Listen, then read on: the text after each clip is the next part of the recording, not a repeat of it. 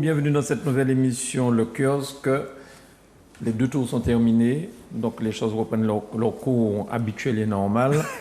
C'est ainsi qu'on va accueillir Michel Branchi ce soir. Bonjour Michel, merci d'être avec nous en fin de retour sur le plateau de Zouk Télévision. Tout à fait, je suis très, très satisfait de pouvoir reparticiper à cette émission. Et je te dis que je disais en off que beaucoup de Martiniquais, de citoyens ordinaires, dont je ne connais pas d'ailleurs a priori les orientations politiques, mais m'ont interpellé. Quand est-ce que vous reprenez cette émission, etc. Parce que, toujours la même chose, nous apprenons des choses. Ouais. Nous apprenons des choses qu'on ne dit pas ailleurs. Donc tu n'avais pas besoin de faire exprès d'échouer pour revenir. Même si tu t'es élu, tu as placé là. Mon cher, je vais te dire une chose. Je pense que Eddy va m'aider. Dans l'Antiquité romaine, on pouvait être consul. Tout à fait. Et retourner chez soi tranquillement. Ouais. Après avoir fini son temps. Même dictateur. On pouvait être dictateur pour une durée limitée, d'ailleurs. Ouais. Le dictateur avait une durée limitée, il revenait chez lui, et on pouvait éventuellement le rappeler. Ah, ce n'est qu'après l'Empire que les choses ont changé. On dérapait. Quand tu dis que les gens sont contents de nous écouter parce qu'ils apprennent des choses, voilà une chose qu'ils ont pu connaître ce soir. Ouais. Personnellement, on ne connaissait pas cette histoire de l'Empire des dictateurs. C'est d'ailleurs la Rome de la première mouture elle avait quand même hérité de la tradition grecque. Bien. Bon. Alors, Grégory, on reprend aussi les bonnes habitudes. Grégory, on met la première page de justice. Je ne sais pas si ça a été fait déjà. Voilà, la démagogie au pouvoir.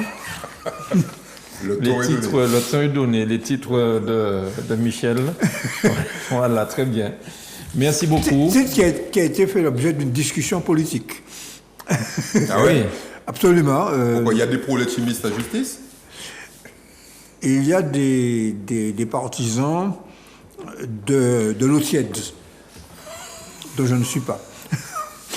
Alors de l'eau tiède, c'est-à-dire on change de bord selon celui qui gouverne? Je veux dire par là, il y a plusieurs conceptions de la presse.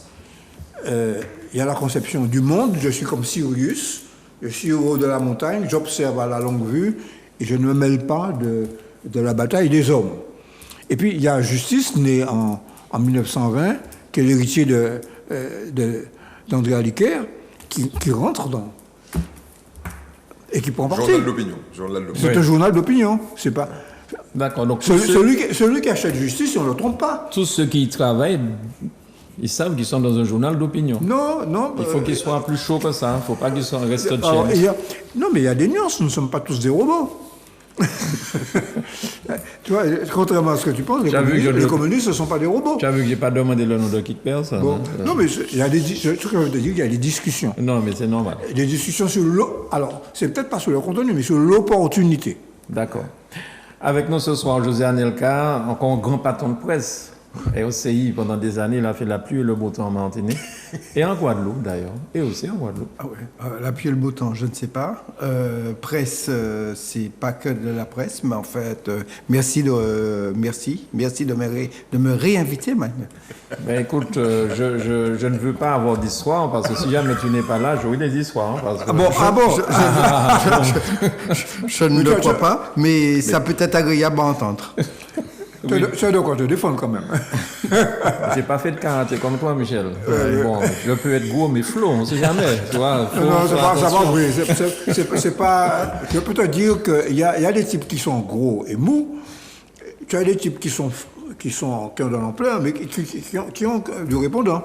Ben c'est ma nature gourmandaise alors. Exactement. Alors, Charles, bienvenue de ton retour, content de te revoir. Moi de même, merci Manu. Après cette épopée politique. Voilà, une campagne menée tambour battant. Bon, j'aurai l'occasion de répondre à Michel Branchi à propos du titre de son organe de presse. Un démagogue, c'est quelqu'un qui dit ce que le peuple veut dire. Dans l'Antiquité, c'était ça. Démagogie, c'était ce que le peuple veut entendre que le démagogue dit. Et j'ai envie de lui dire que les politiques qui essaient d'expliquer, d'argumenter, de démontrer ne sont pas nombreux, contrairement à d'autres qui éructent, qui affirment, qui déclarent, mais qui ne le démontrent pas. Alors il faut chercher, voir dans la subtilité et la nuance, lequel des deux candidats était démagogue. Bon, on a Bien. mis le progressiste à l'antenne. Bien. Voilà, bien. le journal. Tu as oublié tu termines ta phrase par. Et amitié progressiste. Enfin, Voilà. voilà. Il faut quand même. C'est un scoop, mais il faut quand même annoncer que Michel, donc là on l'a bien compris, fait ses adieux à l'Assemblée. Alors ses adieux, j'allais dire temporaires, puisque il se peut très bien que des gens qui sont devant lui puissent soit démissionner, soit être incapables de remplir leurs fonctions. Ou monter à l'exécutif. Non, Pour non, l'instant, lui, on il est sait dans pas. non, mais lui il est dans Mais l'opposition. non, mais on ne sait pas. Oui, c'est Serge vrai. Chimé a dit qu'il peut prendre des gens de l'opposition. Ouais, ça m'étonnerait que quelqu'un de la liste. Je te dis tout de suite que ce serait non. Bon, très bien. On l'a bien compris. Mais ce que je voulais dire, c'est que donc il y a des gens qui quittent l'Assemblée, Oui. et puis il y a des gens qui Y entrent. y entrent. Oui. Et ce soir, on peut annoncer peut-être sans crainte que Charles va entrer dans cette Assemblée. C'est ça. Il y a de fortes chances. Parce qu'il y a des gens de l'Assemblée qui montent au conseil exécutif. et qui Donc les suivants montent, dont Charles. Alors il y a de fortes chances, mais j'attends que les choses se fassent officiellement demain. Voilà. Non, mais ici, C'est un scoop, ici c'est dans un cette scoop. télévision, nous avons des informations Il est dans la que d'autres même- n'ont pas. Il est dans la même situation où je me suis trouvé Exactement. en 2016. Exactement. Oui, mais moi Grâce aussi. à la montée de. Oui, eh bien, Et en 2016, non seulement il est monté, mais il a été président de commission des finances. Hein. Donc tu ne sais pas encore ce qui t'attend. Ça m'étonnerait qu'on me fasse un cadeau pareil. pour te dire, je peux te dire, pour répondre en partie à ta question, c'était un cadeau qui, au début, a été empoisonné. Parce que quand les gens vont commencer à dire la bouteille d'eau gaz est trop chère, c'est toi. L'essence est trop chère, c'est C'est toi. toi, frère, on ça, est- c'est clair. Ça, c'est clair. Oui, merci. Je viens de me rendre compte que les tâches confiées aux conseillers s'appellent cadeaux. Cadeau empoisonné. Cadeau Non, mais pas- empoisonné pour certains. Ou pas. Non, là, je pense que c'était de l'humour. ça, Oui, qu'on bien a- sûr. Ouais, Alors, Eddie, bonsoir. Merci d'être avec nous une fois de plus. Bonsoir Mano, félicitations à nouveau, parce que bon, je ne vais pas faire comme mon ami Michel, dont je salue le retour, mais effectivement, cette télé est centrale dans le paysage audiovisuel et dans le paysage pédagogique, je le répète, de cette... Est-ce qu'on a imaginé nombre professeurs nous ont remplacé le vendredi soir, pas pour les élèves, hein, mais pour les adultes qui n'ont pas pu avoir cette chance. Voilà. Figurez-vous qu'il y a un routier en France qui conduit en 14 tonnes, ou non 14, enfin un gros bagaille. Il s'arrête lorsqu'il est en mission pour regarder cette émission sur le Facebook Live. Un Martiniquais? Un Martinique, elle est passée me voir ce matin. Il est arrivé en Martinique, premier pour venir, ouais, c'est nous. Incroyable. Et c'est deux émissions, celle-là et le samedi après-midi. Ouais. Monsieur, il a dans son camion, il suit l'émission pendant qu'il roule ou bien quand il est à l'arrêt dans une aire de stationnement, bazar. Il est venu nous voir cet après-midi. C'est un gars du Makuba et il est super content d'être venu à Zouk Télévision. Donc on l'en remercie et puis n'hésitez pas à venir nous voir. Si vous venez le jeudi soir vers 17h moins le quart, vous aurez la chance de faire des selfies avec les stars qui sont sur la table. Et faire aussi un bisou. C'est pas un selfie, c'est bien beau, mais un bisou, c'est peut-être plus intéressant. Non. Malgré Avec le Covid? ouais, avec le Covid, Ah. ouais. Non, pas de bisous. Pas T'as de fait bisous. Covid, t'as. Bien sûr. Pas de bisous encore. Bien, alors, il y a des sujets chauds. On va commencer par lequel? Peut-être par le but raté de Mbappé. Ouais. Mais c'est pas tellement le but, c'est Les surtout réactions. les réactions derrière ça. Et qu'est-ce que vous en pensez? Parce que vous avez remarqué, j'ai vu quelque part, il est camerounais, c'est ça? Son père. D'accord, mais là on a mis, je crois que Cameroun. c'est, non, on a un journal français attitré, le Camerounais a fait perdre la France. Mais si il était passé, il était dit le français, enfin Mais bon, on connaît ça de tout le temps, je crois. Non, mais c'est classique. C'est classique. Je dirais que nous avons l'habitude de constater que quand les immigrés, qu'ils soient d'origine africaine ou antillaise, Ou guyanaise. ou guyanaise, bon, il aurait remarqué Kylian C'est un Mbappé, Français. Le génie français. le génie français, C'est regardé, le génie français. a écrasé les petits Suisses. Ouais. Bon, mais il se trouve que c'est là qu'on s'aperçoit que, comment dirais-je, il ne faut pas jamais prendre la peau de l'ours. C'est comme en politique. Il ne faut jamais prendre la peau de l'ours avant de l'avoir tué. J'ai entendu la presse française déblatérer sur mépriser l'équipe suisse. Et puis brusquement, au fur et à mesure des commentaires, on s'est rendu compte que c'était d'abord une majorité de joueurs de la Suisse alémanique. Et puis, il y a des Kosovars, il y a des Albanais. Les Albanais. Il y a des émigrés de partout. La Suisse, c'est ça, en fait. Hein. L'équipe Yougoslavie. suisse, Yougoslavie, Et puis l'ex-Yougoslavie. l'équipe s'entraîne dans des équipes qui sont des premiers en Allemagne. Ils sont... Donc ils ont une formation de haut niveau. En fait, à ce niveau de compétition, il n'y a pas de petites équipes. Il faut le savoir, si vous êtes dans une compétition finale à ce niveau-là, et c'est vrai, vous avez raison, ils ont chanté Cocorico le matin, c'est comme si c'était une formalité pour la France. Alors, ça c'est la compétition dans sa globalité. Sur Mbappé, il n'était pas très en forme, vous l'avez vu, il n'a pas fait un grand tournoi. Enfin, à mon avis, la majorité de l'équipe n'était pas très en forme. Voilà. À part Benzema qui Benzema et fait puis marque Pogba. en moto et Pogba qui fait effectivement un parcours exceptionnel. Mais le Jolin, c'est Jolin qui s'appelle. Le monsieur qui écrit. Oui, celui qui écrit. Et qui fait ses excuses. Et qui en fait plus. ses excuses. Moi, je trouve ses excuses aussi inutiles que ses attaques à Mbappé. C'est trop facile. C'est d'une violence. Ce qu'il écrit, vous l'avez vu. Absolument. Ce qu'il écrit sur Mbappé est d'une rare violence. J'ai d'ailleurs vu que le nouveau président de la collectivité s'est fendu d'un courrier. Non, le député. Le nouveau président député de la collectivité. Non, le député. Non, Il l'a signé. Il ne député. sera Non. président que demain. tu as raison, c'est Ouais, le député qui a écrit, puisque le président n'a pas encore Il écrit. est président. Il n'a pas encore écrit. Et donc, il s'est fendu d'un courrier, mais il me semblait qu'on ne devrait même pas avoir à attendre qu'il écrive pour saisir ce monsieur et lui demander des comptes. C'est pas possible que l'on puisse diffuser de tels propos haineux aujourd'hui à l'endroit d'un joueur. Il n'est pas responsable tout seul de l'échec de l'équipe. Je vais rebondir. Je souscris totalement dans ce qui a été dit là. En fait, les personnes ne comprennent pas que le football, c'est un art. Et en tant que pratique artistique, notamment dans le football, il y a ce qu'on appelle l'habilité probable. La dextérité d'un joueur avec la main n'est pas la même qu'avec les pieds. Un grand joueur de tennis va toujours gagner ses matchs. Sauf pour Maradona. Je parle sauf pour Maradona. Je parle du tennis. Je parle du tennis. On voit. La main de Dieu. C'était la main de Dieu. Pourquoi y a-t-il des têtes de série C'est parce que le joueur de tennis, sa dextérité probable avec la main est plus importante que celle du pied.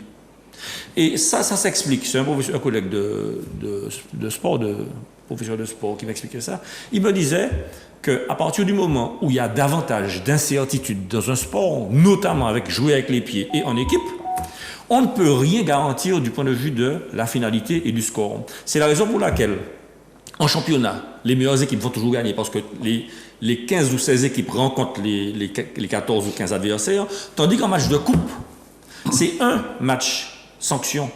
Et la petite équipe peut être archi-dominée pendant 1h25, faire une contre-attaque, 1h25 de domination, ne pas prendre de but, faire une contre-attaque, marquer et gagner.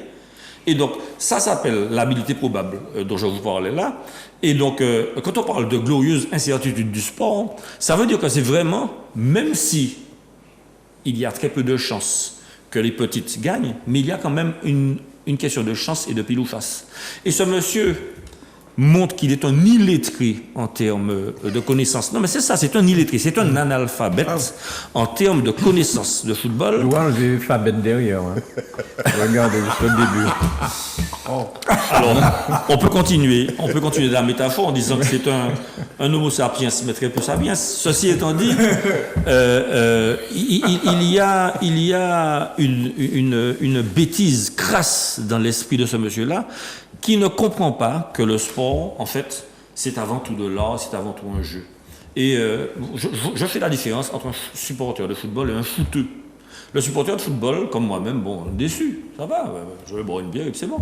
Mais le footeux, toute sa vie est dedans. Je vois les types casser les télévisions parce que leur équipe a perdu. Mais enfin, soyons sérieux, quoi. Il y a des enfants qui meurent de faim en Afrique. Il faut arrêter, quoi. Il faut reprendre son... Bon, et puis, il ne faut pas se cacher quand même que... Enfin bon, tu as un vieux fond raciste en France qui ressort à ces occasions. Mais oui. Mais commencez par le père Le Pen d'ailleurs. Hein, Bon, il y a quand même, aussi bien dans l'excès d'amour qui va à l'endroit de ces joueurs immigrés que dans l'excès de haine, c'est la même dimension raciste. Tu as une fonction, on t'a catégorié dans une fonction, on a bien voulu de toi en France pour jouer au football, pour l'équipe de France. Il faut chanter la Marseillaise, d'abord si tu ne chantes pas la Marseillaise, ou pas bon. Et puis, il faut gagner. Si tu ne gagnes pas, tu n'es pas dedans. Mais Michel, le débat ne devrait même pas avoir lieu. Jusqu'à preuve du contraire, Mbappé est français. En plus. Ouais. Mais c'est pas ça le problème ici.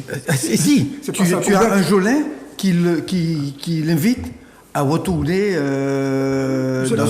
dans sa bourse. Tu me parles de français, carte d'identité juridique. Moi, je te parle de quand je suis à Paris et que je suis dans le métro et que les flics rentrent dans une rame de métro, premier barrière, c'est un lemon, il va venir. Vous comprenez? Comme j'ai toujours ma carte bleu, blanc, rouge de commissaire de la concurrence de la consommation, alors Bouglak a fait bon, Bouglak a mis quand il y aura d'abord. Bon, mais tu ne devrais pas avoir faire ça. C'est malheureux. Oui, dit. C'est malheureux. Ouais, moi, je vous trouve encore une fois très angélique. Hein. Moi, je suis pragmatique. Quand j'étais étudiant, un soir, je déménage parce que je pars, j'ai fini mes études, je déménage et il est 1h du matin. C'est pour tomber là moi. Il va pas me dire moi qui ça m'a fait. Il a brutalisé moi, il tombe là moi. Tu déménageais, donc oui, tu chavoyais des choses. Je chavoyais des trucs à 1h du matin. Mais non, mais bon, c'est pas sérieux. Bon, moi je suis très pragmatique, monsieur. Un joueur de couleur qui joue dans une équipe européenne doit s'attendre à être méprisé, haï, toute baguette. Pas de problème. Il ne faut pas qu'il s'étonne, je ne comprends pas. Moi, quand on dit bon, qu'à plaire. Non, frère. Moi, les mots qui arrivent en France, moi, savent que moi, pas bocaille, moi. Donc, moi, j'ai fait tout ça, mon paix, pour éviter. Moi, pas qu'à mettre comme là, oui, vous comprenez, je suis français. Non, frère. Bon, non. Non. Par contre, les mots bocaille, moi, là, c'est autre chose. Donc, moi, si j'ai un conseil à donner à Mbappé, c'est. Allez, frère, parti, frère. Mais il a été bloqué jusqu'en 2022. Non, moi, je dis c'est français, bon, les frères. Au revoir. Ça ne veut pas dire que de l'autre côté, il va être mieux traité. Parce qu'en Espagne, les Noirs, c'est la haine totale. En Espagne, il y a un racisme extraordinaire. Ok? Vinicius, qui est un joueur brésilien, une bête de football, subit. Chaque fois qu'il est au Real Madrid, chaque fois qu'ils sont en déplacement, il subit des attaques. Mais le mec, il a une attitude très digne. Au cas fait cri de singe, moi, pas ni pièce problème. Il pense à son compte en banque. Frère. Mais c'est ça. Frère. Et puis il pense à deux choses. Prends l'argent, yo. Mais oui, prends l'argent, yo. Et puis quand tu rentres chez toi, quand tu es à Rio, tu vas souffrir du racisme aussi, puisque faut pas se faire d'illusions, mais tu auras au moins l'occasion de dire ce que tu penses. Attends, laisse-moi finir. Non, mais je te laisse finir tout de suite. Il pense à deux choses, à l'argent et très généralement aux jeunes femmes blondes. Terminé. Voilà. Le reste, il se venge comme ça. Donc, moi je dis à Mbappé, peut-être que des gens t'ont dit qu'il y avait égalité, fraternité et puis le reste. Ce n'est pas vrai. C'est tout. Donc, faisons un élément de base, ok, et comporte-toi de manière adaptée. Parce que vous pouvez me dire ce que vous voulez, les mecs. Ne nous faisons aucune illusion.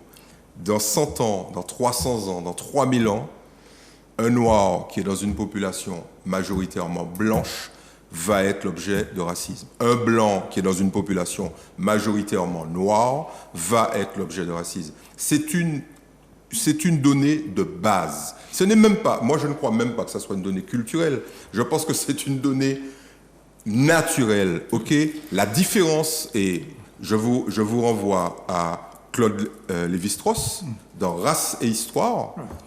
C'est une donnée de base de l'espèce humaine. La différence, alors c'est peut-être pas forcément une différence de couleur, hein, une différence sociale, une différence ethnique, une différence de langage, culturel, etc., entraîne mécaniquement chez ce qu'on appelle l'être humain une réaction de défiance, voire une réaction d'hostilité. Donc, messieurs, allons se battre chez nous. Allons se battre chez nous. Le dernier congrès de Aimé Charles Nicolas, il y a un Américain qui est venu me voir, il m'a dit « Vous avez beaucoup de chance ». Alors, il m'a dit « Pourquoi ?» Il m'a dit « Vous êtes dans un pays où les Noirs sont majoritaires. Donc, cette histoire d'esclavage, tout ça, vous pouvez revendiquer, progresser, etc. Mais nous sommes dans un pays où on nous a libérés, mais nous sommes dans un pays où nous sommes minoritaires. Ah, c'était un noir, le gars. C'est un noir. D'accord. Ok. Voilà la différence. Donc moi, je suis favorable à ce que chez nous soyons maîtres. Par contre, depuis nous quitter le pays, nous, frères. Charles, tu voulais intervenir? Oui, je voulais dire. Bon, je vais nuancer quand même les propos d'Eddy. Je ne crois pas. Je ne crois pas que ce soit inné. Je crois que l'acquis, je crois que la culture, je crois que l'éducation, ils sont pour beaucoup. Je crois que j'ai des collègues qui sont d'origine hexagonale, qui ont leurs enfants, qu'ils scolarisent très petits dans des classes maternelles aux Antilles avec des petits Martiniquais. Et quand j'entends le petit blond avaler ses éons comme il mange une banane le matin, il a vraiment l'accent antillais. Il est né et il vit avec les petits Antillais. Lui-même ne se considère pas comme antillais. J'ai le témoignage de collègues qui me disent que non, alors lui, les autres, ils les voient marron, et lui, quand on lui demande quelle est sa couleur, il dit qu'il est beige. Mais il n'a pas une lecture, entre guillemets, racialisée, comme nous, parce que nous avons un corpus, entre guillemets, éducatif, et puis nous avons des référents, nous avons des prérequis, nous avons lu, etc., des préacquis, etc. Mais mon point de vue, c'est que le type en question, c'est un crite. Il faut le reconnaître, il faut le dire. C'est un imbécile. Un imbécile, c'est faible, hein, en latin. Et donc, à partir du moment où c'est un faible, son esprit réagit. Il ne réfléchit pas. Il a la réaction. C'est comme une balle qu'on envoie sur le mur. C'est ce qui est sorti parce qu'il avait la haine. Le ballon, qu'est-ce qu'on fait? On le lance sur un mur, il rebondit. Mais lui, il a rebondi tout bêtement. Et puis après, il s'est rendu compte de sa bêtise crasse. Il s'excuse, je reconnais, j'abandonne ce que M. Anelka a dit. C'est trop tard. Maintenant, quand on parle de se mettre ensemble, de toutes les façons, il y a toujours la tendance de vouloir se regrouper entre semblables. Culturellement, linguistiquement. Moi, je suis d'origine arabe. Mon papa était syrien. Mais je suis un petit peu à part de la communauté syrienne, je les aime beaucoup, on s'apprécie, parce que je ne parle pas arabe. La langue, l'arabité fait de moi un arabe. Mais comme je ne parle pas la langue arabe, forcément que je suis un petit peu marginalisé. Oui, mais n'oublie pas que tu es un demi noir aussi. Même si, alors l'inverse est vrai. Ah ouais. L'inverse est vrai. Parce que tu parles créole au moins. Je parle créole, mais l'inverse est vrai. Quand j'étais petit au séminaire au collège, j'étais quasiment mi-syrien. Mon père m'a démounaillé. J'étais le fils du syrien et puis j'étais le fils de la martiniquaise. Mais voilà. Et ça a toujours été ça. Alors bon, quand on a le cul entre deux chaises comme moi, et puis qu'on a l'habitude de vivre ça, je comprends bien ce qu'il dit. Moi, je n'ai jamais été, entre guillemets, stigmatisé violemment, mais à travers les comportements, du point de vue de ce que l'on ressent, et puis il faut aussi reconnaître les choses. On est celui qu'on veut être. Hein. Ce n'est pas parce que vous me catégorisez, comme disait Michel Blanchy tout à l'heure. Alors on m'aime parce que je suis noir. Mais c'est de la charité. Non. Ne pas accepter la catégorisation en fonction du ressenti de l'autre, c'est commencer à exister soi-même. Et si je suis, moi, Charles Chamas, et que je l'affirme, que je le dis à la face du monde, c'est parce que je suis content d'être moi, je suis content d'être martiniquais, je suis content d'être d'origine arabe, je suis content, etc. Et je le revendique, et puis je le défends avec mes moyens. Ok. Eddie? Moi, j'irai plus loin, Charles. Toi, tu parles de l'imbécile, du type qui a éructé, ok, et puis qui en plus se sert des réseaux sociaux. On a déjà dit ici ce qu'on pense des réseaux sociaux. Mais moi, je pense que c'est beaucoup plus grave que ça. C'est beaucoup plus grave que ça. Vous parlez de la presse. Moi, quand j'ai regardé les titres de presse et le traitement médiatique, le mot Mbappé revenait de manière systématique, y compris sur les photos. Donc, en fait, le système, ok, le système français est fondamentalement raciste. C'est ce que je dis, très clairement. Et il ne faut pas s'illusionner. Il ne faut pas s'illusionner pour une raison qui est simple. Alors, il est raciste sur un plan, j'allais dire, ethnique, mais pas seulement. Il est anti-femme. Regardez, il est profondément misogyne, ok. Il est raciste, évidemment, anti-noir, anti-étranger, on va dire ça comme ça. Et c'est... Moi, je n'ai pas, sur ça, je n'ai pas de surprise.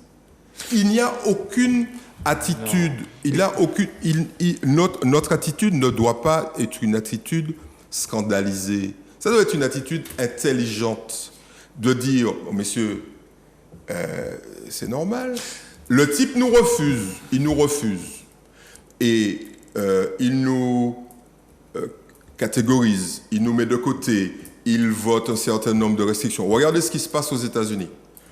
Tous les États gouvernés par des républicains mettent de manière systématique dans la loi un certain nombre de, on va dire, de barrières pour éviter ce qui leur est arrivé là aux élections. Ok, tu as moins de tel âge, tu es handicapé, tu touches les trucs, tu ne pourras pas voter en anticipation. En fait, toute une série de barrières. Le premier État qui a voté ça, c'est la Géorgie. Il y a une différence. Attends, laisse-moi finir.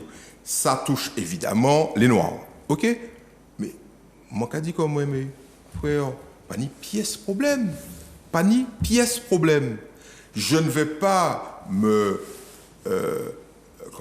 m'insurger de manière démentielle sur le traitement particulier réservé aux Noirs, aux immigrés, aux femmes, aux petits, au lait, tout ce que vous voulez dans le système français. Non, je vais faire en sorte que sur mon territoire, là, en Martinique, la liberté, la démocratie, l'égalité puissent être respectées.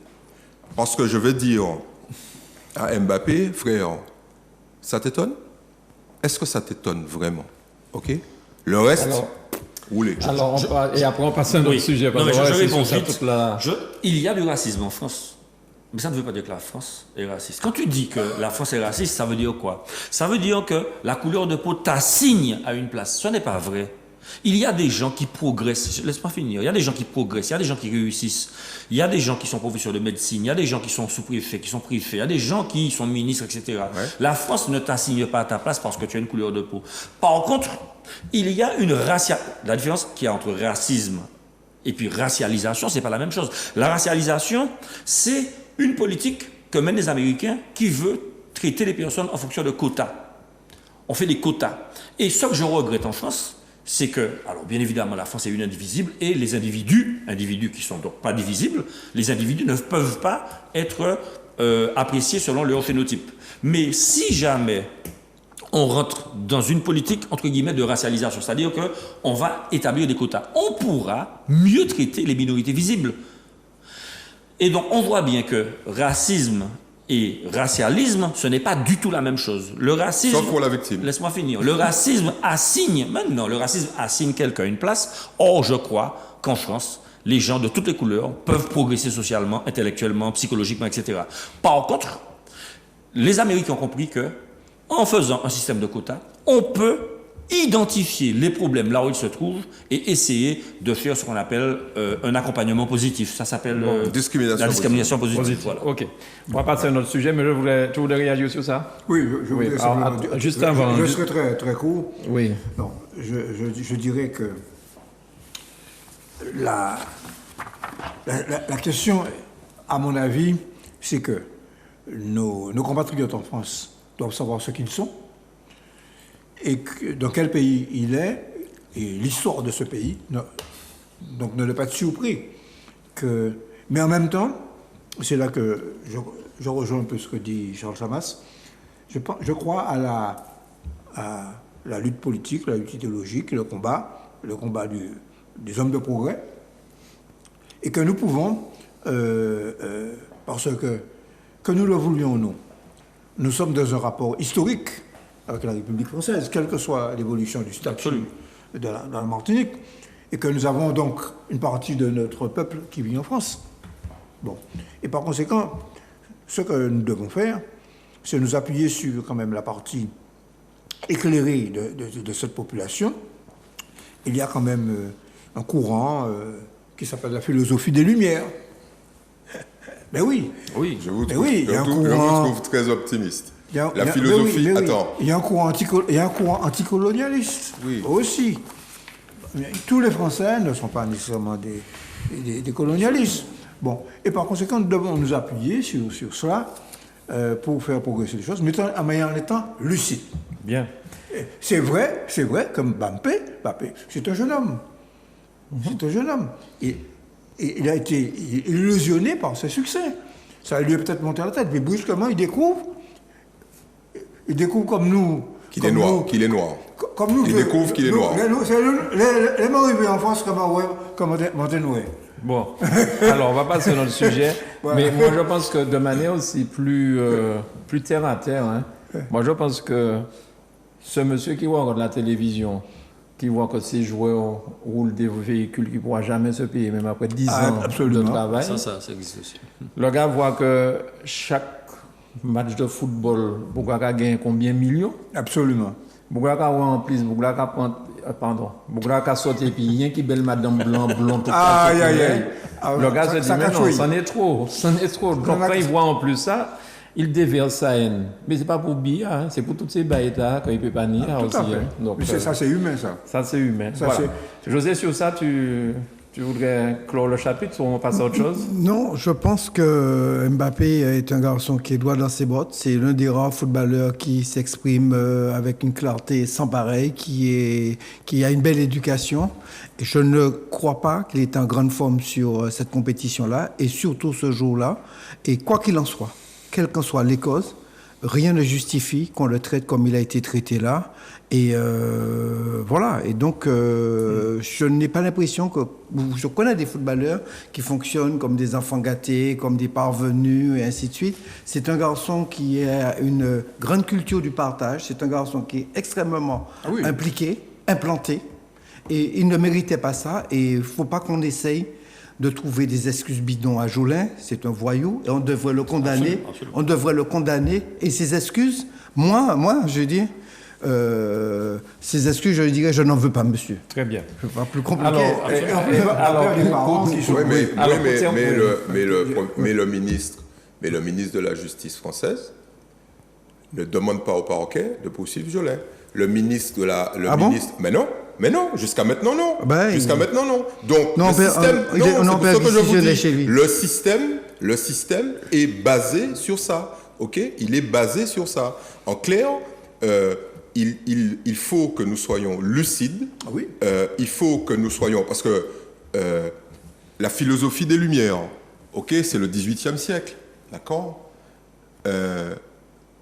Entre 1940 et 1943, c'est bien en France que des Français, les Français, des Français, certains Français ont pris des Juifs, des enfants juifs dans des écoles et les ont envoyés dans les fours. Tout à fait. Ok, on est bien d'accord. Bien Et sûr. ça, c'est bien après la lumière, tu es d'accord? Oui, enfin, mais- Donc ça veut dire en clair que ce n'est pas un problème de progrès. Il y a toujours des progrès, mais il y a aussi des reculs. Et ce qu'il faut se poser, ce qu'il faut se poser comme question, est-ce qu'une civilisation ne porte pas en elle ce recul potentiel? C'est ça que moi je dis.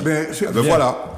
C'est pour ça qu'il faut le combattre. Et je me réjouis des résultats des élections territoriales en France. On a vu le recul du Rassemblement national Je crois que tu étais OK sur le résultat des émissions ici, des élections ici.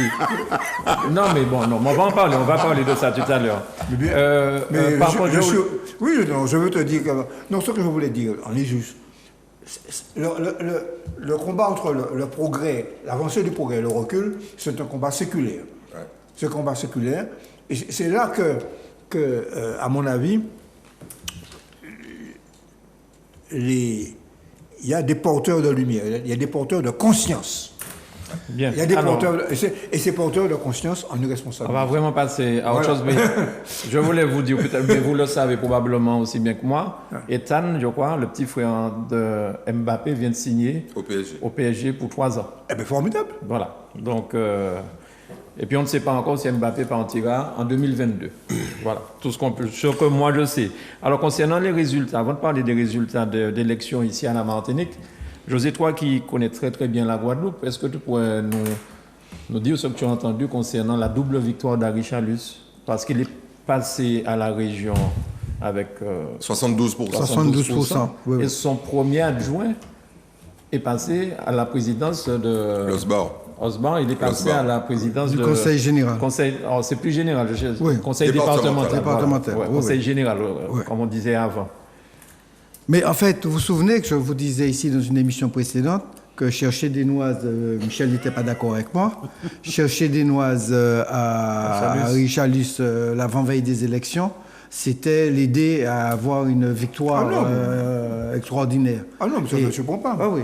Donc, Ça ne me surprend. Ça ne me je suis pas surpris. En fait, plus que de la victoire de Harry Chalus et de son protégé, je parlerai de la double défaite de Mme Boès-Lancertin sur la Guadeloupe. De Victor Huel. De Victor Huel. Surtout. Ouais. Comme il n'était pas candidat nommément. Mais elle est transparente. Oui, elle a perdu 2 fois. Comme il n'était pas candidat nommément, on ne peut pas dire qu'il a perdu. On a bien vu que Mme Boès-Lancertin était, elle, candidate, et elle a effectivement perdu 2 fois. Et je trouve que c'est un échec cuisant Non, mais pour elle. elle était candidate sur les deux trucs? Elle était elle était menait présidente. une liste. Elle menait une liste Pour la au région. régional Oui. et elle était candidate sur un canton au départemental. D'accord. Ouais, ouais. Ok. Donc, En elle n'a tout- pas eu le en- canton. Ni le canton, ni le... Donc, du coup, pas. Ok. En tout cas, ce que je peux dire, c'est qu'elle a été très mal conseillée et très manipulée. Parce que pour sortir comme ça, c'est violent. C'est violent. Mais, Il y a une question d'âge aussi, rappelez-vous. ouais. Il y a une Elle est question si vieille d'âge. que ça? Bien. Ok. Elle disait qu'elle n'avait pas fait tant carrière. Effectivement, elle n'est pas rentrée toute jeune en politique. Elle a commencé, C'est elle était à la retraite, elle je crois. était déjà, comme beaucoup, vous savez, beaucoup de nos élus ont attendu la fin de leur carrière pour faire de la politique. D'ailleurs, il est assez surprenant de voir les sollicitations, les demandes que vous pouvez avoir quand vous avez quitté le monde professionnel Là, il parle de lui, là. pour pouvoir rejoindre des listes. Or, moi, je pense qu'il faut des forces vives pour faire de la politique, et il faut faire ça très sérieusement, comme un vrai travail.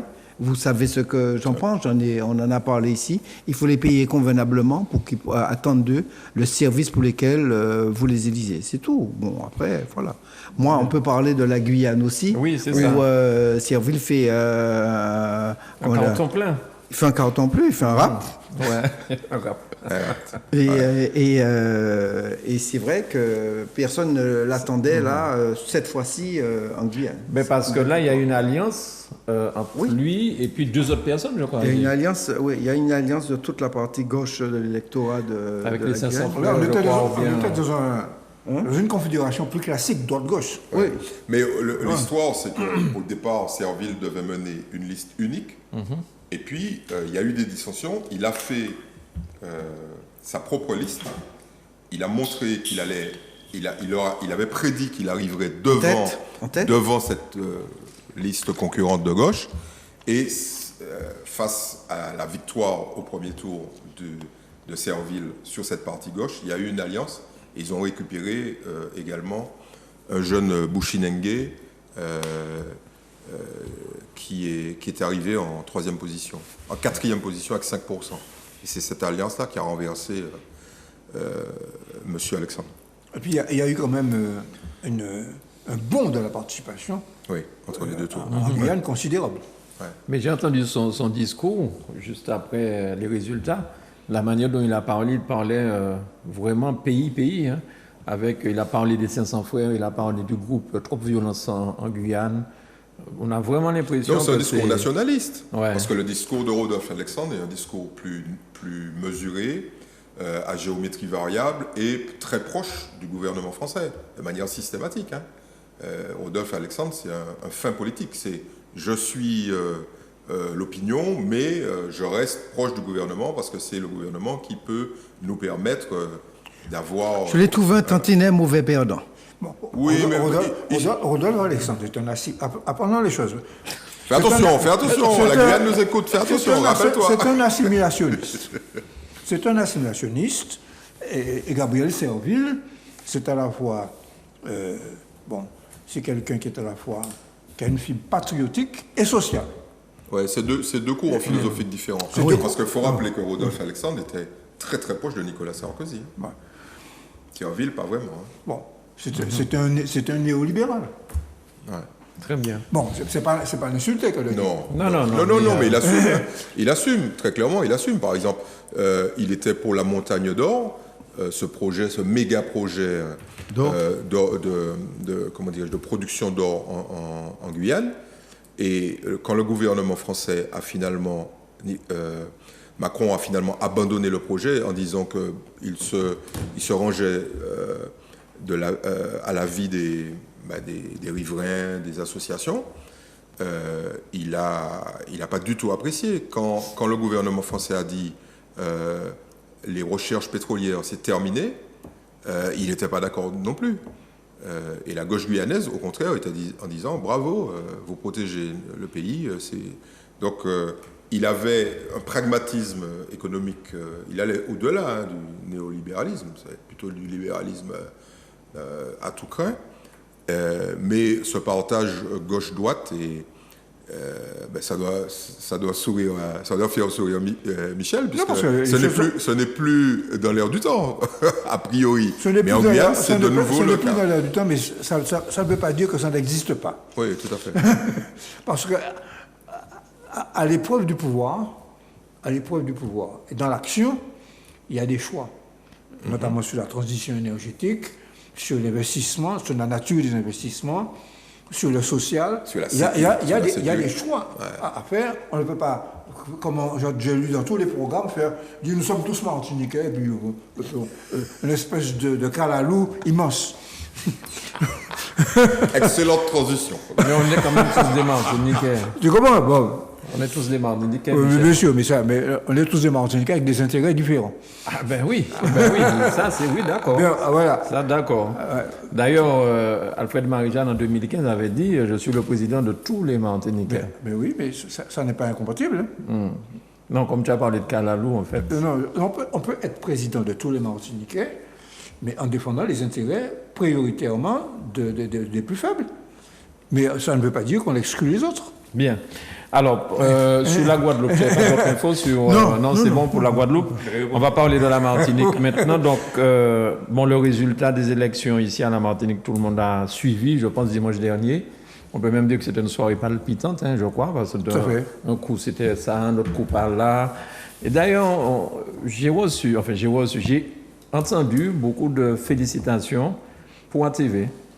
Parce que, non, c'est vrai, j'ai entendu ça, c'est pas de la flatterie. Parce que les gens qui zappaient me disent, je ne comprends pas, mais ATV, les trucs avant, RFO, cela. Non, moi je suis sur ATV, on ne va pas bouger. Ils n'ont pas écouté OCI, non, mais je parlais d'image. ATV écoutait OCI, c'est ça? Non, en fait, vous avez monté un truc là. Non, il y a une vraie différence. Et je tiens quand même à mettre les choses au point. Il y a une vraie différence, mais non, mais c'est pour qu'ils fassent mieux. C'est pour qu'ils fassent mieux dans les années qui viennent. Qui est OCI? Les autres médias, les autres médias de manière générale. Il y a un élément qui est fondamental, c'est la notion de suspense. Il faut coller à ce que les gens attendent. Les gens attendent la compilation des résultats. Ils s'en foutent de savoir s'ils font ça donner, machin à gagner. Non, ce qu'ils veulent, c'est que toutes les 5 minutes, tu leur dises, au total, voilà le total, et qui est-ce qui est devant. Et Quelle est la différence de voix? Voilà, et nous, c'est ce qu'on a fait. Et puis, de manière il y a aussi des systématique. projections. Oui, puisque ça permettait, quand on calculait la Moi, je ne compilation. crois pas que Martinique Première ait fait ce travail que tu as fait, de donner les projections en siège. Oui. Tu vois RCI l'a fait. Nous, on l'a fait. En fait, sur ATV, ce qui était intéressant, c'est que quand on fait de la compilation de résultats, on sait à un moment donné qui va gagner. Donc on l'annonce. On ne sait pas qui a gagné, Ouais. mais qui va gagner. Qui peut? Parce que là, c'était quand même chaud de dire pour savoir qui. Non, pour une raison simple, c'est que nous, qu'est-ce qu'on a fait? À un moment donné, on a pris les résultats de Fort-de-France sur 41 bureaux. Et on les a mis dedans. Ok? Donc il ne manquait plus que 21 bureaux à Fort-de-France. D'accord? Et en prenant toute la Martinique, donc toutes les communes de Martinique, Serre-Letchimy menait de 90 voix. Donc on pouvait d'ores et déjà annoncer qu'à 40 bureaux de Fort-de-France, ce qui n'étonne personne évidemment, puisque il aurait été fort improbable que Serre-Letchimy ne soit pas en tête dans les 20 bureaux qui restaient. Donc cette compilation, c'est ça l'outil. Et ça permet de faire deux choses. Ça permet, Michel a raison, de faire des projections en siège. Ça permet de savoir, parce que la vraie question c'était, celui qui arrive en tête, est-ce qu'il a la majorité absolue liée au 37? Et Letchimy est passé à 35, il est remonté à 36, il est remonté à 37-22. Pour redescendre finalement. Non, 37-22, et c'est avec les 20 bureaux de Fort-de-France qu'il monte à 37-76. 37-76, 72. c'est... Enfin, 37-72, oui. 72. Ouais. Il faut dire aux gens que 37... Lisez Justice. 37-72. Ce qu'il faut expliquer aux gens qui nous écoutent, que Letchimy a la majorité absolue grâce à 0,22 points. Puisque si on enlève les 0,22, il tombe à 37,5. Alors, une question. Et Concrètement, 37,5, ça garantit... vous qui travaillez dans les chiffres, est-ce qu'on peut dire il a gagné une voix ou à 2 voix près? Non, c'est plus que ça? Non, il Au a moins gagné à que ça? 3220 voix près. Et 3220 voix, c'est rien du tout. Oui. C'est, je viens de le dire, 0,22%. Voilà. C'est marrant, c'est l'éditorial de justice. Hein. Eh ben écoute, tu t'es peut-être inspiré de ce qu'on a dit. Non, ce que nous disons, c'est que nous prenons acte du scrutin, bien sûr, parce que nous sommes des démocrates, mais nous disons, nous démontrons, à partir d'une démonstration chiffrée, que c'est une victoire de justesse et que la majorité absolue, la majorité dans l'Assemblée, tient essentiellement à la prime que je qualifie de unique, de, Oui. 11 sièges. Donc, vous n'aviez pas, excuse-moi, vous n'aviez pas besoin de cette prime, vous, en 2015? Bien sûr, Mais, bien sûr. mais pas vraiment. Mais Il bien sûr. y avait 2 camps. Mais bien là, sûr. cette fois-ci, Alors, sans la prime, il y aurait eu un Alors, problème. enlève la prime et tu verras. Non, Michel a un jugement sur cette prime qui est à géométrie variable. Pas du tout. Attends, Michel. Pas du tout. Je vais te dire pourquoi. Pas du tout. Imaginons que ça ne soit pas Letchimy qui ait eu les 1,%, mais que ça soit Alfred Marie-Jeanne. OK? Parce que Marie-Jeanne fait 35, Letchimy fait 37 quelque chose. Imagine que ce soit l'inverse. Marie-Jeanne n'aurait pas pu avoir la majorité. Donc on imagine que Mairie ne soit pas sur la liste. Par exemple, que le Robert n'ait pas donné... Le Robert a basculé. Le Robert votait traditionnellement pour Marie-Jeanne. Non. Revenons à Marie-Jeanne ayant ces voix-là. Ben, Marie-Jeanne, sans la majorité, sans les primes, Marie-Jeanne n'aurait pas pu gouverner. Pour une raison simple, c'est que si tu enlèves les 11 sièges, il a 15 sièges. Je suis d'accord, Donc, mais là, attends. il y avait les 4 candidats. Si on fait cette projection-là en 2015, tu es sûr qu'il les 11 primes, il en avait besoin pour gouverner? Mais bien sûr. Il y avait 33 quand même. Hein. Hein 33 sur 51 quand même. Dans la précédente, 33 mois, ça fait combien? 33 moins 11, ça fait 22. Eh ben, 22, ce n'est pas la majorité absolue. Non mais 22, c'est 26 qu'il faut avoir. Non, ok, Si naturellement tu n'as pas les 26, Non, attends. Attends, Michel, Je peux parler un moment. Oui. je vous donne la parole. Il faut expliquer aux gens que si on enlève cette histoire de prime, ok, il y a 51 sièges. Pour avoir la majorité, il faut 26. Ok. Donc, il faut avoir la majorité absolue des voix.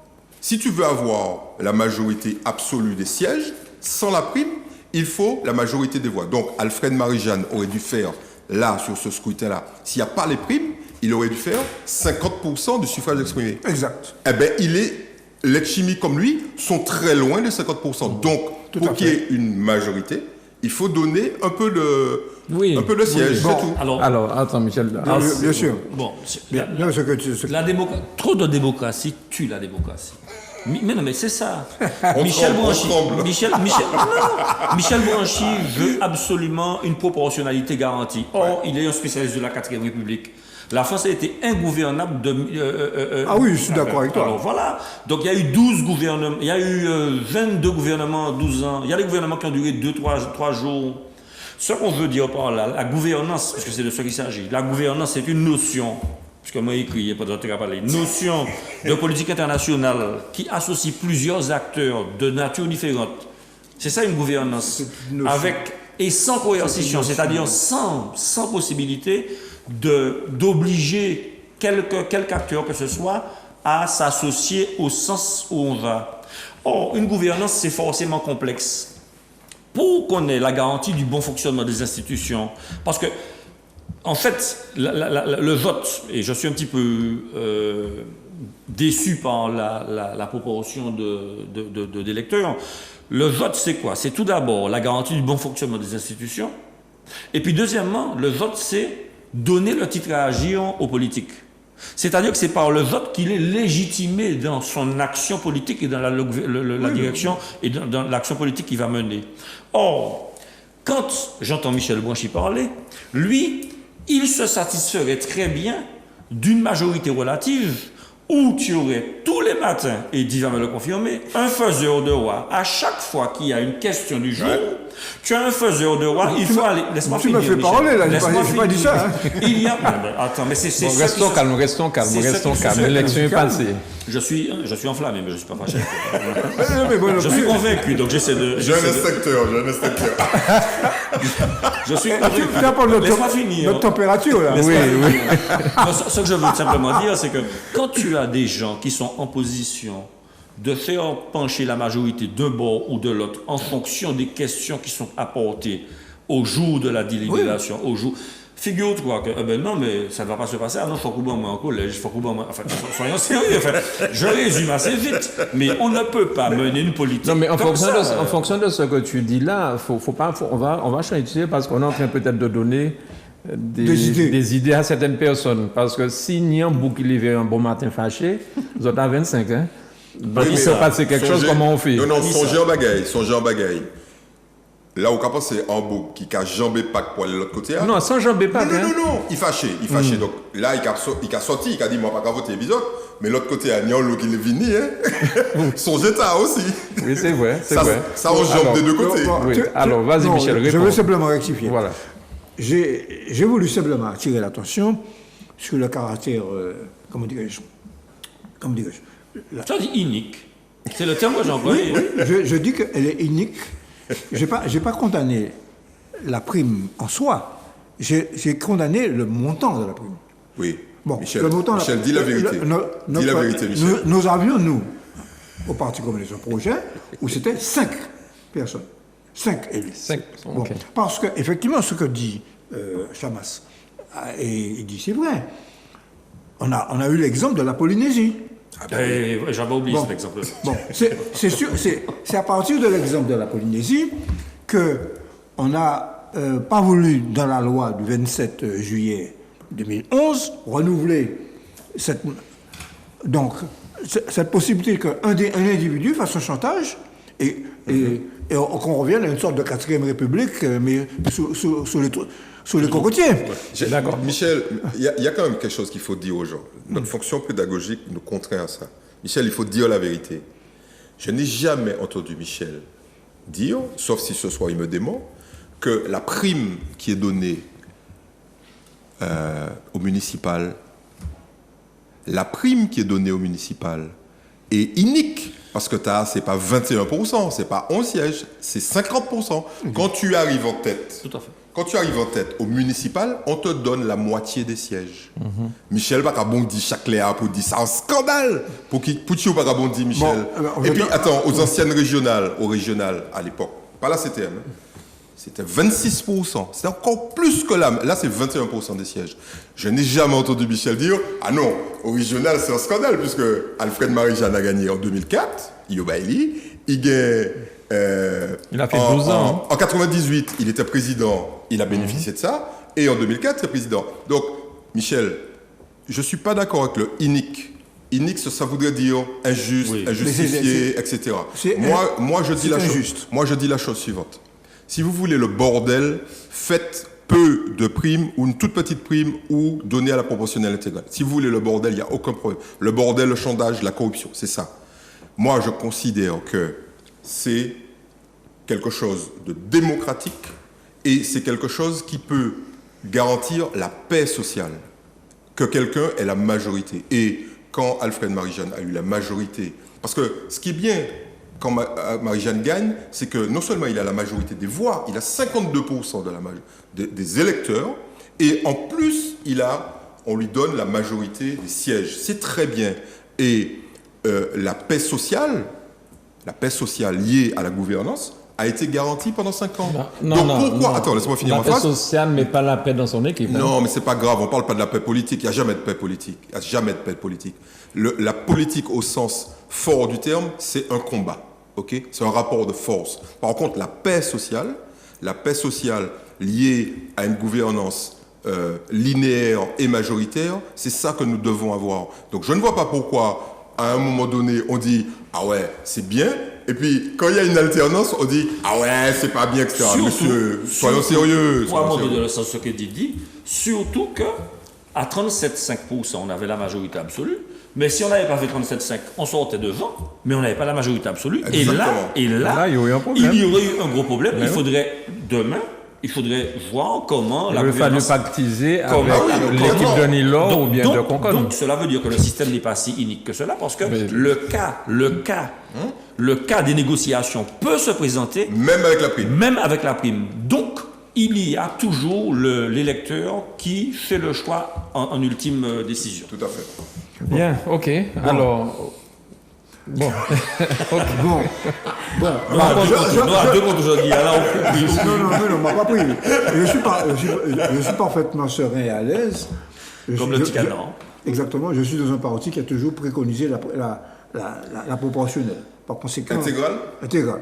Bon, ceci dit, nous avons changé de position dans les années 2010, notamment parce qu'on a eu l'expérience, la fameuse expérience de la Polynésie.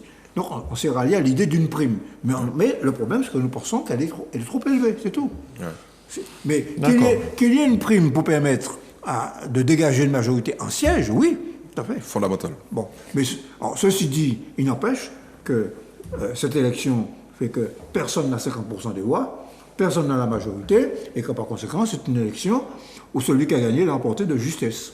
C'était D'accord, déjà le cas. mais- C'était déjà le cas aux législatives quand Alfred Marie-Jeanne a gagné les élections législatives dans le Centre Atlantique. Je te rappelle qu'il a gagné avec 17% des inscrits. Mais il m'a pas tant de personne roulée à terre pour dire que le type a gagné, il a gagné. Il faut respecter Tant pis pour Alfred ceux qui sont Marie-Jeanne pas a allés gagné. Ils ne vont pas voter. Ben, Absolument. voilà, c'est tout. On l'a dit ici la dernière fois. On l'a dit, ça qui pas aller voter. Et c'est ça qui est Mais c'est intéressant. ça. Moi, Ce qui m'intéresse, c'est le rapport des forces politiques. Le rapport des forces politiques fait que la Martinique est divisée en deux camps presque équivalents et que par conséquent, aucun camp n'a intérêt à vouloir écraser l'autre. Mais ce que je veux te dire, Michel, c'est que tu fais fi de l'ingouvernabilité du territoire en cas de manque de majorité franche. Après, qu'est-ce que tu fais? Après, tu ne vas nulle part. Tu restes 5 ans, 6 ans à ne pas prendre de décision, à ne pas prendre de direction. C'est ça qui est grave. Non. C'est ça qui est grave. Tu sais, alors, il faut quand même rappeler aux gens comment le chiffre 11 sièges a été choisi. Et ça, c'est tout le travail des constitutionnalistes et puis des statisticiens. Ils disent, mais allons voir quels sont les rapports de force politique, justement, de manière à ce qu'on puisse constituer cette fameuse prime, le poids dont Michel parle, c'est-à-dire le volume de sièges, de manière à ne pas obérer la démocratie. C'est-à-dire ne pas écraser, par exemple, ils auraient très bien pu dire, Sakiri veut nous vendre, il a une majorité de sièges. Nous, Caballo, 26 sièges. Ils auraient pu faire ça. Ok? Ils ont dit non. Nous laissons une part d'incertitude, de souplesse, qui donne toute sa place à la démocratie. Absolument. Et, Michel, on ne va pas se battre sur le chiffre. La différence, elle est entre le chiffre qui va permettre d'avoir à minima une majorité, et je pense que tu es d'accord. Nous sommes d'accord là-dessus. Et puis le chiffre qui va dire, ça va servir à rien, puisque 5 c'est trop petit. Pour avoir... Mais oui, je vais te dire pourquoi. Tu sais ce que ça veut dire, 5? Écoute bien. 5, ça veut dire que le type, il doit approcher les... je vais expliquer aux gens. 5 sièges, à combien tu dois ajouter 5 pour avoir 26? Ok? À combien? 21. 21. Et 21 sièges, ça représente 50% des 40 sièges. Donc, il faut que tu fasses 50% du suffrage exprimé. C'est-à-dire que qui est-ce qui est capable de faire, là, aujourd'hui, en Martinique, quand tu as 4 listes, 50% du suffrage exprimé? Ça peut exister. C'est les 4 listes qui... Ouais. Mais bien sûr, il y aurait eu un duel. C'est plié. Oui. C'est plié. C'est pour ça que je demandais, en 2015, sans les 11 sièges de majorité, quel était le rapport des forces? Le rapport Mais des vous forces, m'avez dit que c'était pas suffisant. 52-48. OK? Donc, tu enlèves... Donc, 52-48, il aurait... Alfred Marie-Jeanne aurait eu 20... Enlève les 11, hein? 52 de 51, 50%, il aurait 26 ou 27. Ouais. 26 ou 27, c'est pas beaucoup, hein? C'est pas beaucoup. Tandis que quand on fait 27 plus 11 ou 24 plus 11, tu es tranquille, tu as 33, machin. Il n'y a aucun souci. Tirer 11 ans, et puis... Vous étiez à combien, Michel, en 2015? 33. En nombre de sièges? 33. Ouais. Bon. OK. Alors, là, par contre, demain, vendredi, puisque nous sommes jeudi, nous enregistrons le jeudi. Demain, vendredi, donc, c'est l'installation du conseil. Et généralement, c'est le plus ancien, je crois, qui préside. Donc, on avait pensé à Alfred Marie-Jeanne, mais il semblerait qu'il ait démissionné. Pas il semblerait. Donc, il a donné sa lettre de démission. C'est officiel. Le président Marie-Jeanne a démissionné. Moi, je suis chaque fois un petit peu interpellé par ça. Je vous l'ai dit ici une fois. J'ai vu qu'en Guadeloupe, Lurel est resté pour faire... Et il disait, voilà, le président, il lui arrive, s'il vous plaît, permettez que ceci, que cela. Il est resté saluer la victoire du gars, quoi. Ici, les présidents de la CTM, en tout cas les CTM et régions avant, au moment de la passation, il n'y a jamais l'ancien. Je ne sais pas pourquoi. Qu'est-ce qui est si compliqué que ça? C'est pas... Mais regardez ce qui se passe en France. Quand un président arrive, il y a l'ancien président qui l'attend sur le perron de l'Élysée, tapis rouge, toute bagaille. Est-ce que c'est si compliqué à faire? Bon, je n'ai pas de réponse. Mais il va y avoir une passation de pouvoir demain à la collectivité. Oui, il va y avoir une passation de pouvoir. Mais le président Marie-Jeanne ne sera pas là. Ça sera le plus âgé, je pense que c'est Daniel Varissette, non? Oui, c'est ce qui est dit. Mais je veux dire que le président Marie-Jeanne puisse espérer prendre une retraite méritée aujourd'hui n'est pas quelque chose que je trouve incongru. Mais non, mais c'est pas du tout ça. C'est le fait que le président battu ne reste pas pour le président élu. C'est simplement vous avez vu le président américain, ce qu'il a fait aux élections. On est français pour l'instant. C'est pas une référence, je vous dirais. Mais au-delà de toutes ces discussions sur le nombre de sièges et la composition, puisque de toute manière c'est dans les textes aujourd'hui, donc nous sommes obligés de faire avec. Moi, il y a un élément de cette élection-là qu'il ne faut pas passer sous silence. Quoi qu'on dise, les gens n'ont qu'à aller voter. Ils ne sont pas allés voter à 2/3 de la population. Et ce n'est pas une spécificité martiniquaise. Nous avons ce même phénomène qui s'est produit en Guadeloupe et dans la France hexagonale. Et je pense qu'il y a une vraie réflexion, il y a un vrai... D'ailleurs, je crois savoir que le gouvernement doit plancher sur ce problème. Ils sont obligés aujourd'hui. Oui, de ce problème. Il y a un vrai problème. On ne peut pas se satisfaire de dire qu'une minorité va envoyer au pouvoir des gens pour décider pour une majorité. Si les gens ne vont pas voter, c'est qu'ils sont en phase de déception, ils sont en phase d'incompréhension, et qui ne sont pas très à l'aise dans leur mode de fonctionnement. Sinon, ils iraient voter. On peut imaginer toutes sortes de stratagèmes pour ça. La vérité est qu'aujourd'hui, vous avez des populations qui restent chez eux à 70% de l'électorat. Et ça mérite une réflexion, un travail de recherche, de compréhension sur le phénomène. Quelques éléments d'explication. Oui. Très bien, M. Adelka a lancé les choses. Je me permets, quelques éléments d'explication. Premier élément, il y a incontestablement la présidentialisation du système institutionnel français. Tout s'organise autour du président, parce que le président a tous les pouvoirs. Effectivement, De Gaulle a fait des institutions à sa mesure. Les présidents qui ont suivi étaient peu ou prou rentrés dans le costume, avec plus ou moins de talent. Il y en a un qu'on avait appelé Flamby, parce qu'on estimait qu'il n'était pas confortablement installé dedans. Deuxième élément... Flamby, c'est lequel? Hollande. Merci. Deuxième élément... Il faut nommer les gens. Oui, mais bon, je te laisse. Tu as davantage de talent que moi. Il y a un film qui sort là, Oui, Les oui, présidents. absolument. Je pense qu'il faut que j'aille voir ça. Sarkozy et Hollande. Oui. Deuxième élément, beaucoup de personnes font de la politique différemment. Oui.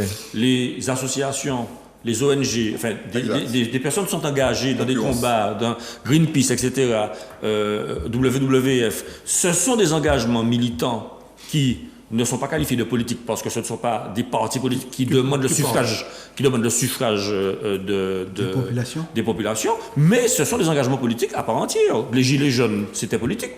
C'était des revendications politiques, mais ils n'ont pas voulu aller devant les électeurs. Troisièmement, deux coups de pied. Le premier coup de pied des institutions, c'est quand le référendum constitutionnel de 2005 a été refusé par la population française, par la grande porte, c'est-à-dire qu'il y a eu un référendum. Hein. Sarkozy l'a imposé? Par la lucarne parlementaire. C'est-à-dire qu'on a mis cette constitution à la porte.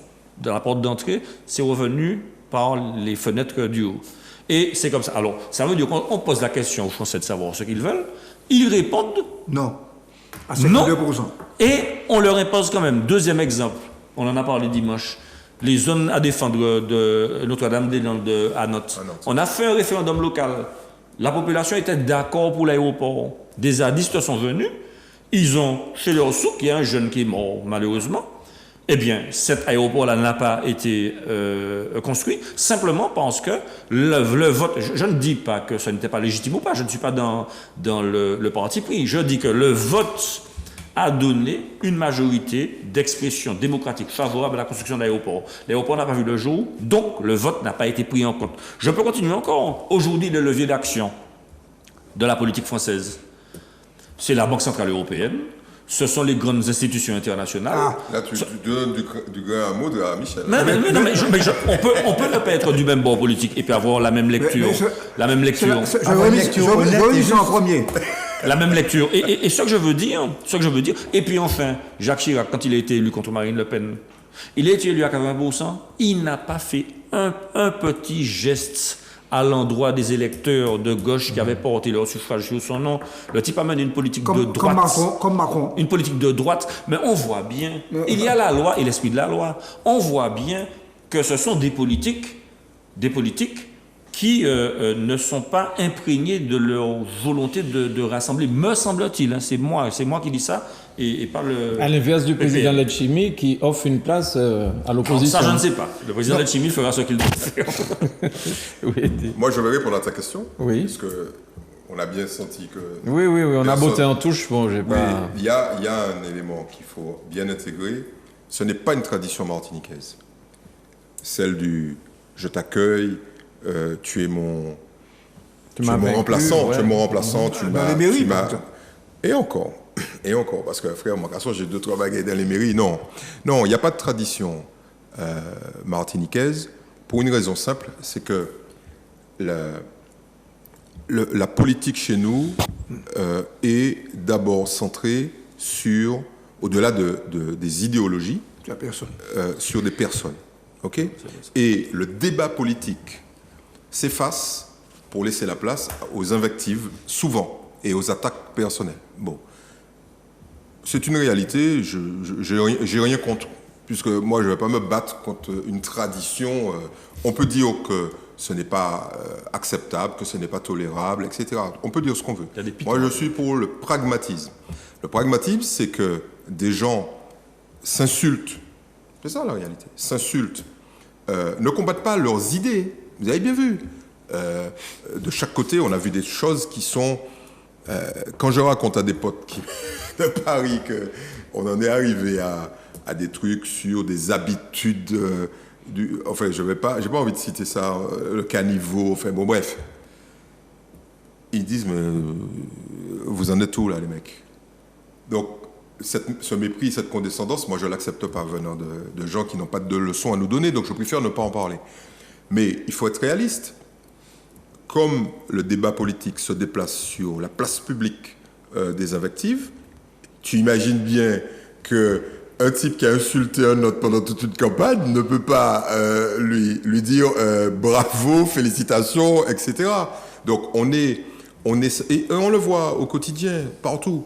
Par contre, je trouve parfaitement normal que des institutions, voilà, là c'est plus les hommes, hein, c'est plus, moi pas d'accord et puis moi pas aimé.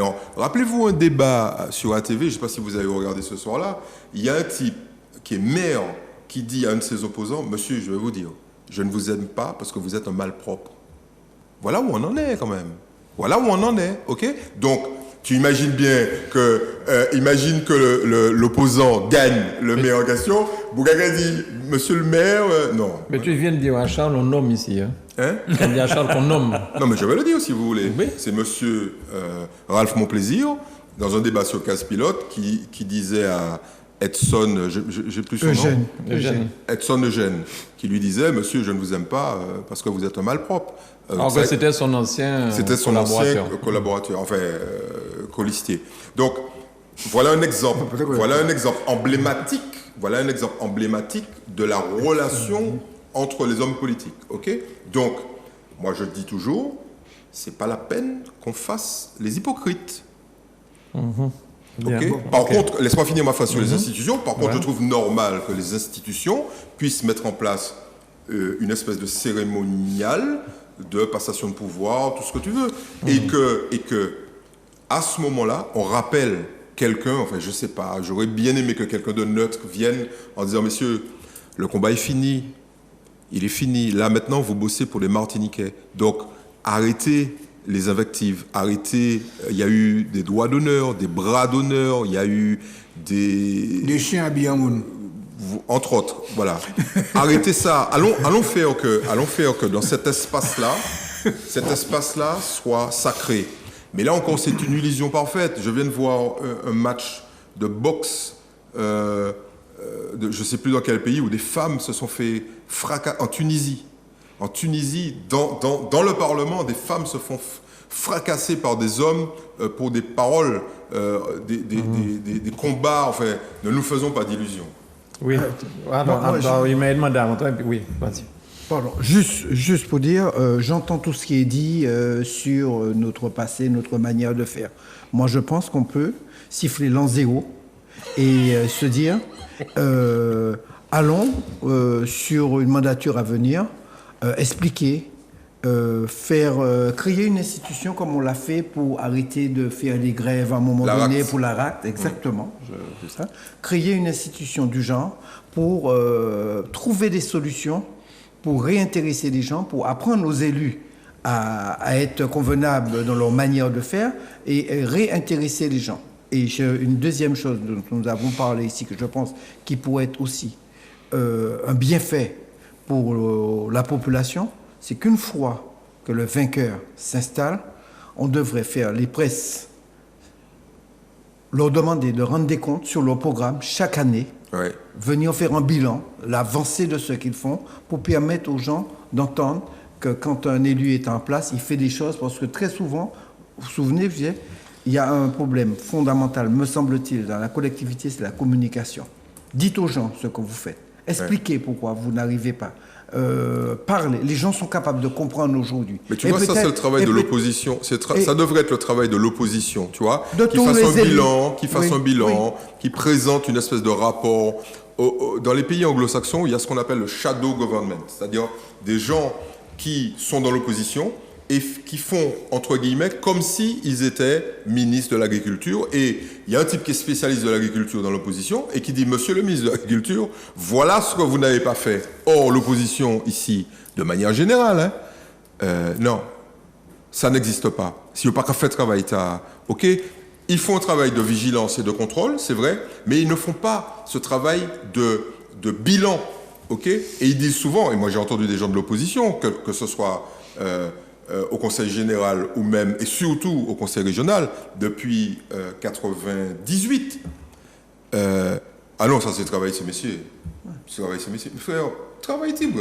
Non, il y a une autre manière. Intéressez-vous Il y a une autre manière de dire des choses, de communiquer, de partager avec les gens pour peut-être aller vers un pourcentage un peu plus élevé lors des... Moi, je serais plus radical, hein, je vais te dire, pour intéresser les gens. Je suis d'accord, je ferai ça, mais je viderai les listes électorales.